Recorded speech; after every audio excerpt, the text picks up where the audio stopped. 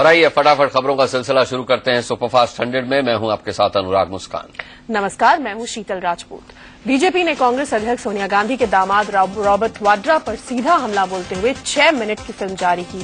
दामाद श्री नाम की इस फिल्म के जरिए बीजेपी ने आरोप लगाए कि कांग्रेस की सरकारों ने वाड्रा की मदद की और उनकी संपत्ति दिनों दिन बढ़ती चली गई।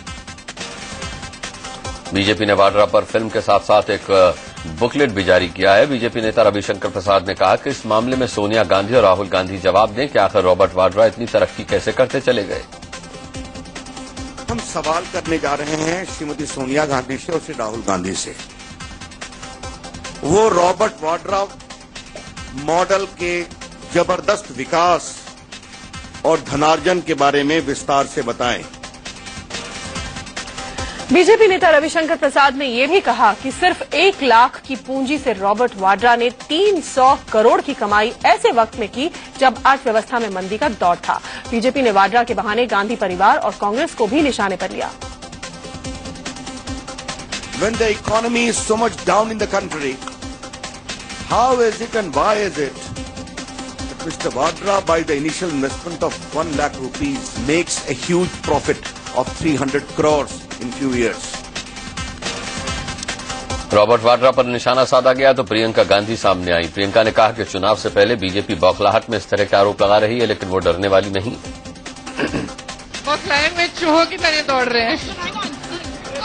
मुझे मालूम था कि 1-2 दिन पहले इनके झूठों का सिलसिला दोहराया जाएगा। इसमें कुछ नया नहीं है और इनको करने दीजिए। जितना करेंगे उतना, जितना करना चाहें करें। मैं इनसे नहीं डरती हूँ। उधर कांग्रेस ने भी बीजेपी पर पलटवार किया। कांग्रेस ने पूछा कि आखिर नरेंद्र मोदी ने अडानी को कम दर पर जमीन क्यों दी। कांग्रेस ने यह भी कहा कि मोदी ने गुजरात एग्रीकल्चरल यूनिवर्सिटी की जमीन कार कंपनी को सस्ते में दे दी। सोनिया गांधी की बेटी प्रियंका गांधी का नरेंद्र मोदी पर हमला लगातार जारी है। रायबरेली में मां का प्रचार करने आई प्रियंका ने मोदी का नाम लिए बगैर कहा कि देश चलाने के लिए 56 इंच का सीना नहीं, दरिया दिली की जरूरत है। ये भारत देश है, इसे चलाने के लिए 56 इंच के सीने की जरूरत नहीं है। इसे चलाने के लिए दरिया जैसा दिल चाहिए। प्रियंका ने मोदी को निशाने पर लेते हुए यह भी कहा कि देश चलाने के लिए गुरूर नहीं बल्कि नैतिक शक्ति की जरूरत होती है। सत्ता का क्रूर बल नहीं, एक नैतिक शक्ति चाहिए। इसे चलाने के लिए अपनी क्षमताओं का खोखला बाहरी प्रदर्शन नहीं, एक भीतरी दृढ़ता चाहिए।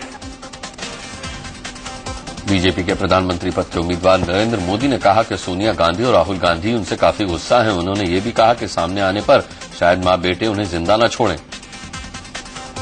ये मां बेटे को मुझ पर इतना गुस्सा है, कभी सामने मिल जाऊंगा तो पता नहीं मुझे जिंदा रहने देंगे कि नहीं। इतना गुस्सा है तो शायद 12-15 चाटे मार देंगे मुझको। नरेंद्र मोदी ने यह भी कहा कि चूंकि उन्होंने गांधी परिवार को ललकारा है, इसलिए मां बेटे उनसे बेहद गुस्सा हैं। क्यों? उनको गुस्सा इसलिए है कि 60 साल में इस परिवार को किसी ने ललकारा नहीं।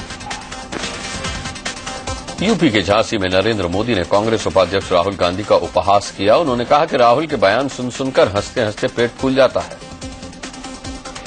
हमारे मित्र राहुल भैया का बयान देखा, हेलो भैया, पेट फूल गया।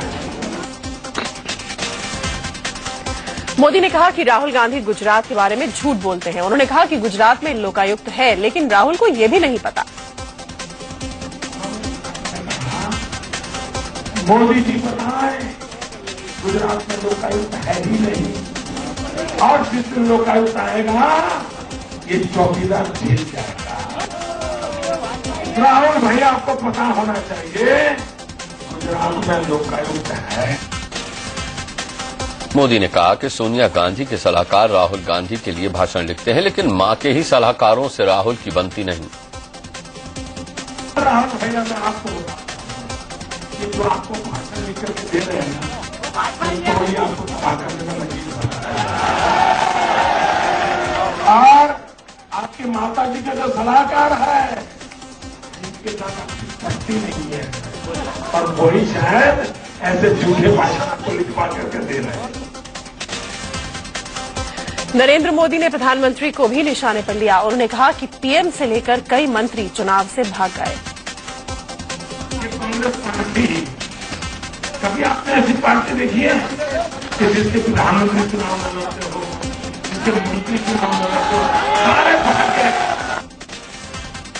मोदी ने समाजवादी पार्टी और बीएसपी को भी निशाने पर लिया। उन्होंने कहा कि एसपी बीएसपी कांग्रेस के लिए ऑक्सीजन का काम करते हैं।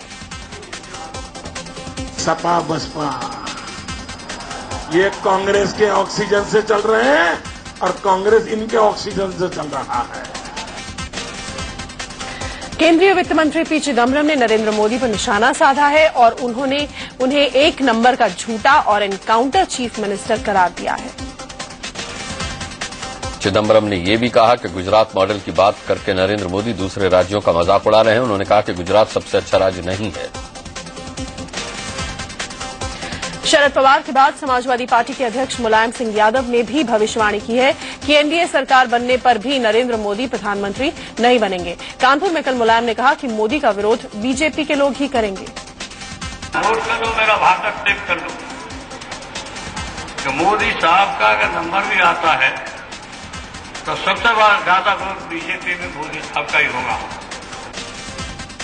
आरजेडी सुप्रीमो लालू प्रसाद यादव ने वाराणसी से चुनाव लड़ रहे नरेंद्र मोदी को निशाने पर लिया। उन्होंने ट्वीट किया कि बड़े बुजुर्गों और विद्वानों से यही सुनते आए हैं कि लोग पवित्र नगरी काशी में पाप धोने आते हैं। कांग्रेस अध्यक्ष सोनिया गांधी के राजनीतिक सलाहकार अहमद पटेल ने पीएम के पूर्व मीडिया सलाहकार संजय बारू की किताब में लिखी सारी बातों को गलत करार दिया है। अहमद पटेल ने कहा, अगर संजय बारू की बातें सच हुई तो राजनीति से संन्यास ले लूंगा। कोर ग्रुप की मीटिंग में तो कभी वो होते नहीं थे। मुझे नहीं मालूम कौन से निर्णय के बारे में उनको कैसे पता चला। और अगर ये कह रहे थे कि फाइल जाती थी, एक मिनिस्टर बता दे, हमारे एलआईसी को मिनिस्टर बता दे कि एक फाइल या तो सोनिया जी ने मंगाई और किसी ने भेजी हो वहां पे, मैं सार्वजनिक जीवन छोड़ दूंगा। इंडिया न्यूज से एक्सक्लूसिव बातचीत में अहमद पटेल ने कहा कि हम नरेंद्र मोदी को पीएम नहीं बनने देंगे। उन्हें पीएम बनने से रोकने की हर मुमकिन कोशिश की जाएगी। कांग्रेस पार्टी हर मुमकिन कोशिश करेगी कि भारतीय जनता पार्टी सरकार में न आए, एनडीए सरकार में न आए और फिर से एक बार कांग्रेस की सरकार बने। और जब मैं कांग्रेस सरकार बनने की बात कर रहा हूं, इसका मतलब ही ये हुआ कि नरेंद्र मोदी प्रधानमंत्री नहीं बन पाएंगे। अहमद पटेल ने नरेंद्र मोदी पर निशाना साधते हुए कहा कि बीजेपी के पीएम उम्मीदवार नरेंद्र मोदी जहर की फैक्ट्री हैं। वो जहर उगलते हैं, मोदी से देश को नुकसान होता है। यहाँ तो जहर की फैक्ट्री है, वो तो उगलते हैं जहर, और जब उगलते हैं तो उससे देश को नुकसान होता है, राष्ट्र को नुकसान होता है। नरेंद्र मोदी के चौकीदार वाले बयान पर भी अहमद पटेल ने निशाना साधा और कहा कि गुजरात पर करीब 1,75,000 करोड़ से ज्यादा का कर्ज है। इस चौकीदार ने तो देश को कंगला कर दिया। क्या चौकीदारी यार, यहाँ चौकीदारी की 14 साल से चौकीदारी कर रहे हैं और नतीजा क्या है? 1,75,000 करोड़ का जो कर्जा है, प्रत्येक व्यक्ति के सर पे 30,000 से ज्यादा का कर्जा है। और अगर आए तो देश की हालत भी होगी, आने वाले नहीं है। अगर देश में आए तो तिजोरी की वही हालत होने वाली है। आम आदमी पार्टी ने नरेंद्र मोदी के खिलाफ चुनाव आयोग में शिकायत की है। आम आदमी पार्टी कार्यकर्ताओं ने मोदी पर लोगों को घूस देने की कोशिश करने का आरोप लगाया। इसके लिए सबूत के तौर पर फोटो और वीडियो पेश किया गया है। आम आदमी पार्टी का आरोप है कि मोदी के नामांकन जुलूस में आने के लिए लोगों को diary, calendar, purse, T shirt और साड़ियां बांटी गई। पार्टी ने कहा है कि ये चुनाव आचार संहिता का उल्लंघन है। अलीगढ़ में दलित समाज के लोगों ने योग गुरु बाबा रामदेव का पुतला फूंका। ये लोग दलित समाज पर दिए गए विवादित बयान से नाराज हैं। रामदेव ने कहा था कि राहुल गांधी दलितों के घर हनीमून मनाने जाते हैं। महाराष्ट्र के पुणे में कांग्रेस कार्यकर्ताओं ने बाबा रामदेव के पोस्टर पर जूते मारकर विरोध जताया। कार्यकर्ताओं ने कहा कि रामदेव का राहुल गांधी पर दिया गया बयान महिला और दलित विरोधी है। बाबा रामदेव के विवादित बयान को लेकर विरोध थमता नहीं दिख रहा। पंजाब के गुरदासपुर और पटियाला में दलित समाज के लोगों ने बाबा रामदेव के बयान के विरोध में मोर्चा खोला और उनका पुतला फूंका। गुजरात के सुरेंद्रनगर में भी दलित समुदाय के लोगों ने योग गुरु बाबा रामदेव के खिलाफ मोर्चा खोला। उनके बयान के विरोध में लोगों ने नारेबाजी की। भले ही बाबा रामदेव अपने बयान पर खेद जता चुके हैं, लेकिन उनकी गिरफ्तारी की मांग बीएसपी सुप्रीमो मायावती ने की है। मायावती ने कहा कि अगर उन्हें गिरफ्तार नहीं किया गया तो आंदोलन किया जाएगा। कांग्रेस ने मांग की है कि आपत्तिजनक बयान देने वाले बाबा रामदेव की गिरफ्तारी होनी चाहिए। बीजेपी की सहयोगी पार्टी एलजेपी के सुप्रीमो रामविलास पासवान ने कहा कि बाबा रामदेव ने बयान पर खेद व्यक्त किया है, इसलिए अब इस मामले को यहीं खत्म कर देना चाहिए। केंद्रीय मंत्री और national conference supremo Farooq Abdullah ने कहा कि अगर भारत फिरकापरस्त हो गया तो कश्मीर देश के साथ नहीं रहेगा। हिंदुस्तान फिरकापरस्त नहीं बन सकता, और अगर हिंदुस्तान फिरकापरस्त हो गया तो कश्मीर हिंदुस्तान के साथ नहीं रहेगा। फारूक अब्दुल्ला ने नरेंद्र मोदी को लेकर भी विवादित बयान दिया। जम्मू में उन्होंने कहा कि मोदी को वोट देने वालों को समंदर में डूब जाना चाहिए। अरे जो मोदी को वोट देगा उसको समंदर के अंदर डूब जाना चाहिए। अरे जो मोदी को वोट देगा उसको समंदर के अंदर डूब जाना चाहिए। श्रीनगर में केंद्रीय मंत्री फारूक अब्दुल्ला की रैली की जगह पर ग्रेनेड हमला हुआ। हमले में किसी के हताहत होने की खबर नहीं है। हमले के वक्त फारूक मंच पर ही बैठे थे। रैली में करीब 500 लोग मौजूद थे। रैली स्थल से करीब 20-25 मीटर दूर ग्रेनेड गिरा, जिससे लोग घबराकर उठने लगे। अभी यह साफ नहीं हो पाया है कि हमला किसने किया। फारूक अब्दुल्ला ने ग्रेनेड से हमले को विरोधियों की साजिश बताया। चुनाव प्रचार के दौरान नेताओं के एक दूसरे पर बढ़ते निजी हमले से चुनाव आयोग चिंतित है। चुनाव आयोग ने गाइडलाइंस जारी की हैं और नेताओं से दूसरों की निजी जिंदगी पर बयान देने से बचने को कहा है।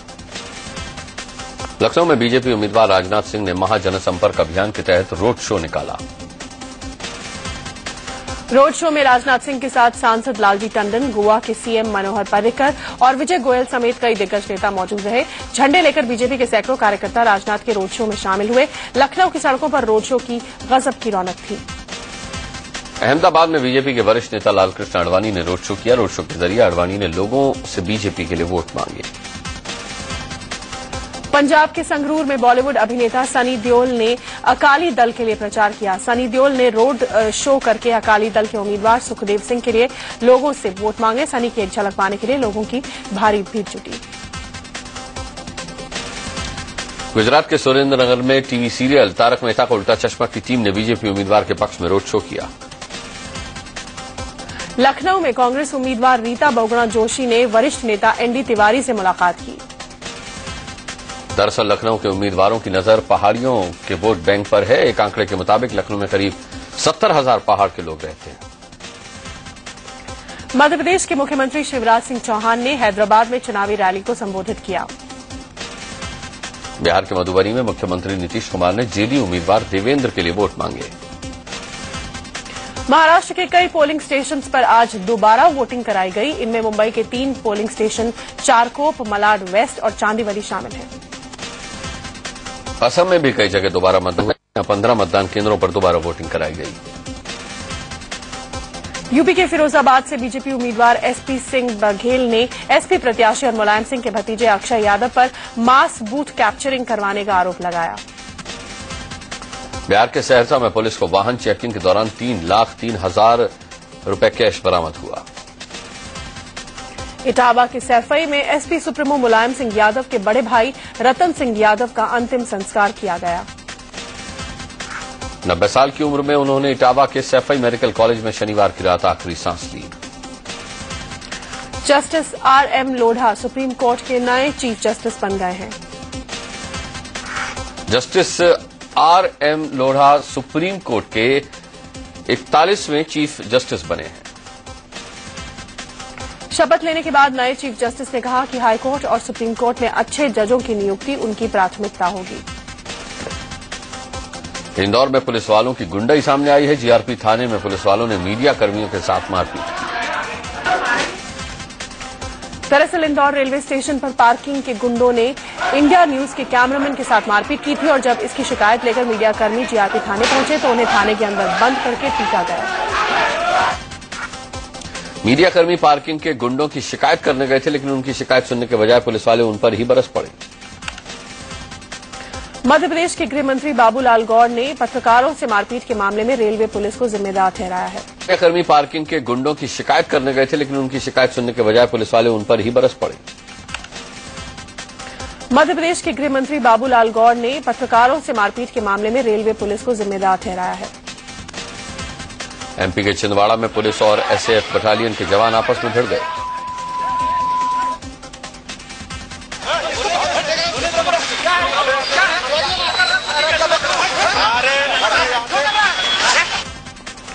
दरअसल ये पूरा विवाद बाइक पर 3 सवारी बैठाने की बात पर शुरू हुआ था।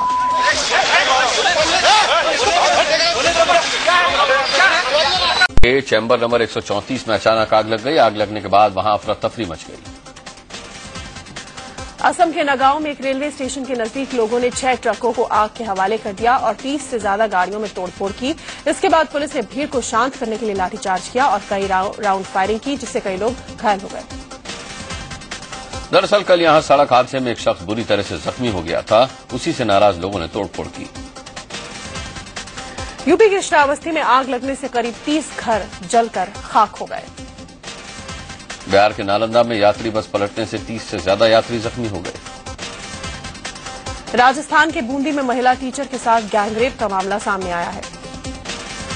फरीदाबाद में नौकरी का झांसा देकर गैंगरेप का मामला सामने आया। गुड़गांव में एक युवती ने अपने भाई पर रेप का आरोप लगाया है। यूपी के शामली में 7 साल की बच्ची के साथ एक युवक ने दरिंदगी की। गाजियाबाद की रहने वाली एक लड़की ने आगरा के एक लड़के पर शादी का झांसा देकर रेप का आरोप लगाया।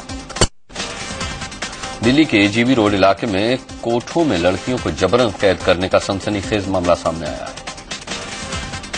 कोठों से छुड़ाई गई 8 लड़कियों में एक नाबालिग भी है, जिसे शादी का झांसा देकर कोठे में बेच दिया गया था। दिल्ली से सटे गाजियाबाद में चुनावी रंजिश को लेकर गोलीबारी हुई, जिसमें एक शख्स की मौत हो गई। यूपी के शामली में मामूली कहासुनी में एक लड़के ने अपने ही दोस्त का गला काटकर हत्या कर दी। यूपी के शामली में एक महिला को उसके घर में ही गोली मार दी गई। यूपी के ही कुशीनगर में एक युवक की प्रेम प्रसंग में हत्या कर दी गई।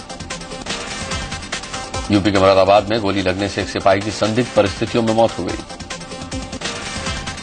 दिल्ली के भोगल इलाके में एक विदेशी की लाश मिलने से सनसनी फैल गई। मेरठ में होटल मेट्रो रिजेंसी में एक महिला का शव मिलने से हड़कंप मच गया। दिल्ली पुलिस की स्पेशल सेल ने 3 हेरोइन तस्करों को पकड़ा है, जिनके पास से 17 किलो हेरोइन जब्त की गई है। दिल्ली में पुलिस ने चीता पहाड़ी गैंग के चीफ और उसके सहयोगी को गिरफ्तार किया है। बिहार के गया में मगध विश्वविद्यालय की सेनेट बैठक में जमकर हंगामा हुआ।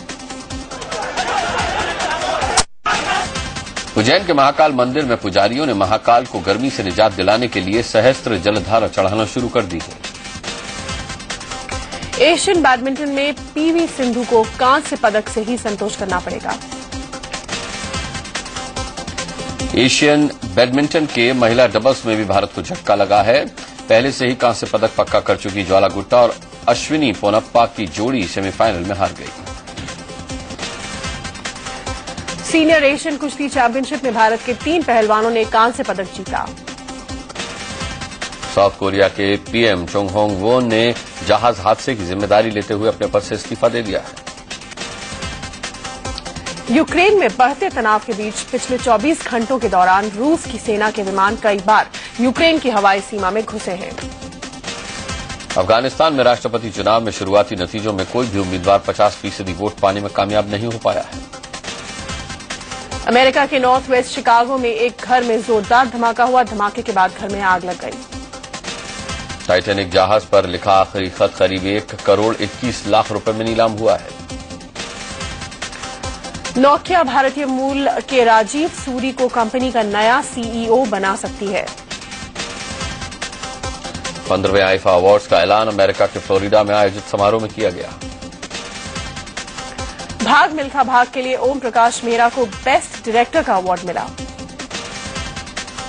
साल 2013 दीपिका पादुकोण के लिए बेहद खास रहा। कई सुपरहिट फिल्में देने वाली दीपिका को बेस्ट एक्ट्रेस के साथ साथ एंटरटेनर ऑफ द ईयर का अवार्ड भी दिया गया। अभिनेता शत्रुघ्न सिन्हा को लाइफ टाइम अचीवमेंट अवार्ड दिया गया। यशराज फिल्म्स की आने वाली फिल्म दावत इश्क की रिलीज की तारीख तय हो गई है। टीचर्स डे पर 5 सितंबर को ये फिल्म रिलीज होगी। मुंबई में फिल्म अभिनेत्री दीपशिखा के साथ कई टीवी कलाकारों ने जम्मू कश्मीर से आए बच्चों के साथ खूब मस्ती की। पुणे में फेमिना स्पार्कल फेस्ट 2014 में आयोजित ज्वेलरी फैशन शो में कई फैशन डिजाइनर्स ने अपनी रेंज पेश की।